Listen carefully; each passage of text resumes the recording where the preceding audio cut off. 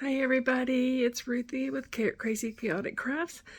I wanted to get on this morning and kind of let you know kind of where everything's at since my last video and kind of tell you the story of what it started, what's going on. My mother-in-law, it started, she's been living alone for pretty much her whole, since she got married. She's been living here with us in a different town, but she's been living close to us for 20 years. She's gotten to the point to where she's hurting more, breathing's more difficult. She has COPD. Had COPD. So she was going to move into our home, and that's what we wanted her to do. And we started preparing our guest room downstairs for her and started thinking about what we need to do to get her moved in. And she started hurting quite a bit. So we were going to take her to the emergency room again. So we took her in on that Sunday, and they did a chest x-ray and CT scan and said that she's got a massive mass on her lung, which was what was causing her back pain so much. So they had her admitted. She also had pneumonia, and she increased in her COPD. So they put her in the hospital, give her pain medication. She started feeling better, and the lung doctor came in and said that it's too massive. They know what it is. They could do a biopsy, but it's not going to change anything. That her health wouldn't handle chemo, and they were going to send her home in hospice. That's what my mother-in-law wanted. She did. There's no point doing a biopsy even because they knew what it was. So we started preparing because she couldn't be by herself. She needed 24/7 care. So I unpacked my craft room, and we called a supply company, got a bed, all the stuff that she's going to need over here, and prepared to bring her home. She stayed in the hospital for about a week, and while we were getting ready, we got her home, and it was only 6 days later, that we finally were able to get her daughter and her granddaughter down here to see her. And so she came in on Saturday night, got here like 2 o'clock in the morning, 3, something like that. She came in. My mother-in-law had been breathless most of the day. I took care of her, cleaned her, did all the stuff that needed to be done. And I noticed she was getting more restless that day. The pain pills wasn't lasting as long. She really wasn't communicating much. But her and her daughter got here, her granddaughter. They sat beside the bed. All my kids had already been by to see her, and only one of her other granddaughters were able to come. They were sitting beside the bed, and they were talking to her, holding her hand. I gave her something for pain, and I told them after about 45 minutes, I'm like, guys, I know you want to be with her, but I'm hoping that pain pill starts working, and if you guys are tired, maybe you can go to bed and come back, talk to her again in the morning. They decided, yeah, well, that's probably a good idea. So they went downstairs. My husband was taking their luggage down, and literally I walked out of the room, came back in the room because I was going to got her some fresh water. I walked back in the room, guys, and she'd gone. She had passed away. Called everybody back up, and it was a process, guys. It was. There's so much.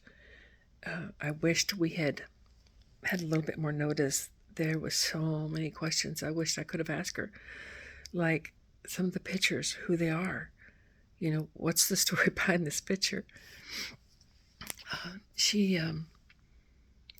We had already started preparing her house, so we had to move her out of her apartment, the week that she was alive and here and moved in the house, we moved her out of her apartment. We were getting her bills because she couldn't take care of them. So all of her bills and all of her, things that she took care of, I was trying to get online because she always sent checks out. I'm trying to get online, register everything, so I could pay her bills. That was important to her. And notifying people of what's going on. So to back up a little bit, before we were going to move her in, we live in a 1915 house, and we were going to get some electricity done. So already some stuff was chaotic in my house.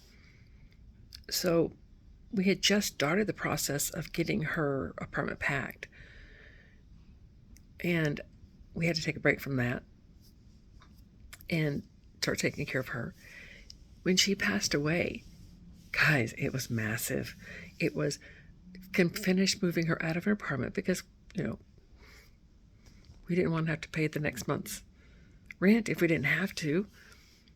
So then we finally got, with my kids' help, everything out of her apartment and moved over here.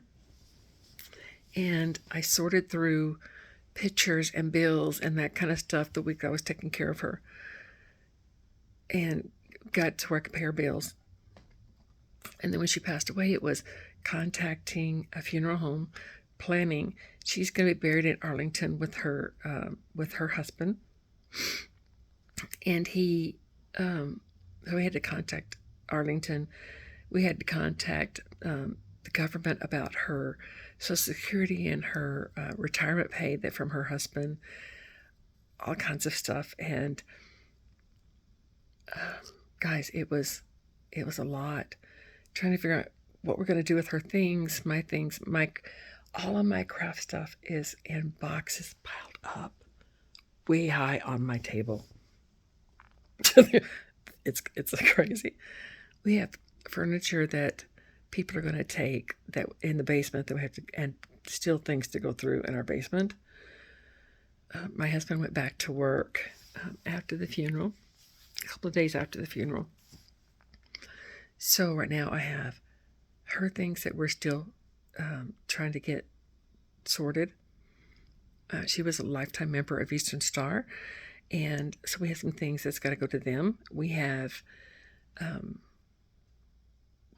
furniture, like I said, going to different people. We have donations, things that's got to go to somebody. My house is getting ready for an electrician in a couple of weeks, hopefully. And all of this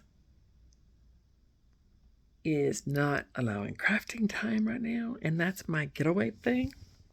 So I'm on here with you guys, letting you know. Life is short, guys. So short. Talk to your friends, your family. Find out and write on the back of those pictures who they are. Don't worry about the small stuff, guys. Don't worry about things that's going on in the world, like people offending people, and live your life. Enjoy your life. Talk to your parents if they're still alive. Talk to your grandparents if they're still alive. Find that information. Write down those stories that you remember. My husband and I have been going through our things, and we've gotten in the point of like, is this important to us? And if it is, why? And do our kids know why? And if it's not, we don't want our kids to have to throw it away. So we're throwing it away or donating or getting rid of it. So scrapbooking is so important. And I will get back to it as soon as possible. I have so many pictures, so many objects, so many things that I want to put in the scrapbook. My husband and I are also like, do we have enough life insurance? Do we plan our funeral? Do we do all these things? So guys, really think about how you want to live your life and what you've done in your life, and let your kids know that you're important too, guys. You're important. Don't beat yourself up about the little things that you do. If you're a scrapbooker and you're doing a page, do it the way you want to do it. Enjoy it, because if you're passing on a memory, if you're passing on a story, That's what they're going to see, not the color of paper that you're using. Not if you put flowers on it or didn't put flowers on it. You're passing on the memories, guys. So I'm going to let you guys go. I will update you and be back to do scrapbooking as soon as I possibly can. I love you guys, and your support means everything to me. If you haven't subscribed to the channel, please do so. I have some ideas for some books, guys. I am going to do several heritage books, life memories of the genealogy that I've been working on. I want to pass on the knowledge that I have, my husband has, to my kids, my grandkids, and my great-grandkids. And if I'm not going to be here, I want them to know what we have in our head and our heart.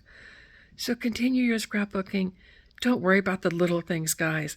Worry about passing on those memories, that knowledge. I love you guys. I'll talk to you soon. Bye, guys.